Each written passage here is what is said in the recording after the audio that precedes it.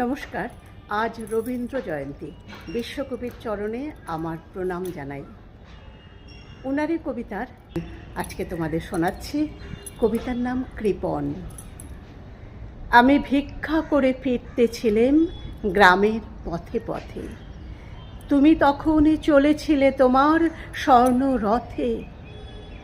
অপূর্ব এক স্বপ্ন সম লাগতেছিল চক্ষে মম।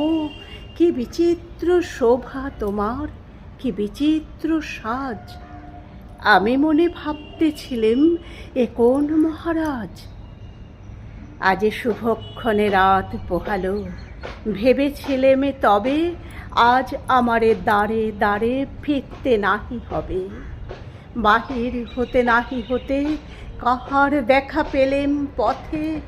চলিতে রথ ধনু ধান্য ছড়াবে দুই ধারে। মুঠা মুঠা কুড়িয়ে নেব নেব ভারে ভারে। দেখি সহসা রথ থেমে গেল আমার কাছে এসে। আমার মুখ পানে চেয়ে নামলে তুমি হেসে। দেখে মুখের প্রসন্নতা জুড়িয়ে গেল সকল ব্যথা। হেনকালে কিসের লাগি তুমি অকস্মাৎ আমায় কিছু দাও গো বলে বাড়িয়ে দিলে হাত। মরি একই কথা রাজাধিরাজ, আমায় দাও গো কিছু। শুনে ক্ষণকালের তরে রইনু মাথা নিচু। তোমার কি বা অভাব আছে ভিখারি ভিক্ষুকের কাছে, এ কেবল কৌতুকের বশে আমায় প্রবঞ্চনা।